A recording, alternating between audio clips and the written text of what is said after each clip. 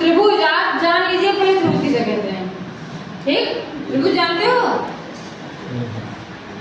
जानते तो होगे, बिल्कुल नहीं जानते, नाम नहीं सुने हो? सुने हो ना? तब काम सुना आपने।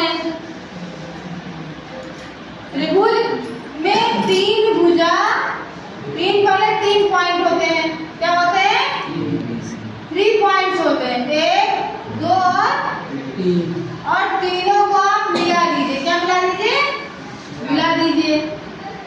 मिला दिए तो इसकी परिभाषा क्या हो जाती है कि 3 बिंदु, मैंने 3 बिंदु लिया और उस बिंदु का कोई भी नाम दे दो, ए दे दो, बी दे दो, तो 3 बिंदुओं से बंद आकृति को हम त्रिभुज कहते हैं।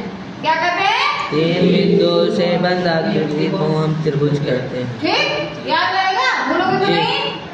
अब इसमें इसे हम भुजा कहते हैं, इंग्लिश में आर्म कहते हैं। क्या कहते हैं? तो यहाँ पे हम लिख सकते हैं कि भुजा AB। क्या कहते हैं? भुजा AB। भुजा AB कामा, ये AB का मतलब जब AB का है तो ये पूरा भुजा हो गया। BC का मतलब ये पूरा हो गया। And CD CA।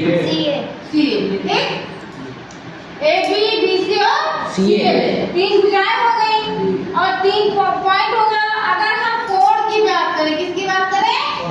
तो एक तरह से आप लिख सकते हो कोण, ये है, ये कोण का प्रतीक होता है, एंगल जिसे इंग्लिश में कहते हैं। कोण A, कोण B और कोण C। और जब हम इस कोण की बात करें तो लिखेंगे CBA, या लिख सकते हैं ABC। ऐसे लिखो, बीच में लगा कोण ABC। जो कोण बीच में होगा हम उसी कोण का बात कर रहे हैं। अगर हम लिखेंगे कोण BAC तो किस कोण की बात कर रहे हैं? Very good. अगर हम कोण ACB तब किस कोण का बात कर रहे हैं? ठीक है, नो डाउट।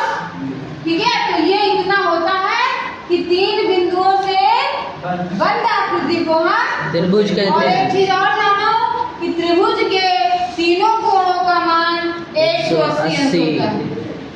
ठीक है, अगर वह समरूप है, क्या है? समरूप, तो प्रत्येक कोण 60-60 के हो जाएंगे, लेकिन कोई जरूरी नहीं कि कोण त्रिभुज तुम्हारा समरूप ही हो। ठीक है, तो त्रिभुज के तीनों कोणों का योग 180